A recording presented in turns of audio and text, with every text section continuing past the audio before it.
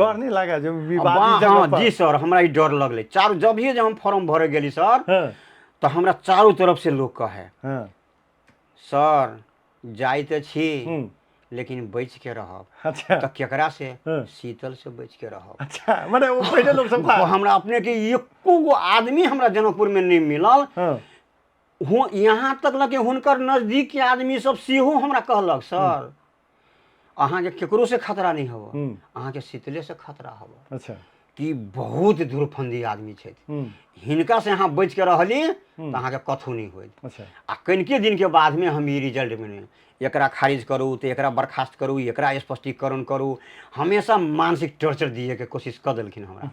तो हम कहली नहीं, हम कहली सर हम वही काम करब जे हमरा नियमावली में हब, आइन में हब, कानून में हब, वही के सिवा हम एक शब्द हम दायाँ बायाँ नहीं करब। अहाँ कह देली तो हमरा के अहाँ के की बुझाइए, कह देली कि मतलब बुझाइए जे कि मतलब हम अहाँ के प्रक्रिया है ना, आब नियुक्ति हम कह देने छी तो अहाँ अध्यक्ष छी, तेकर मतलब अहाँ हमरा सही कहबै तो हम करबै, गलत कहबै तो हम ओहिके फॉलो तो नहीं करबै। एकदम।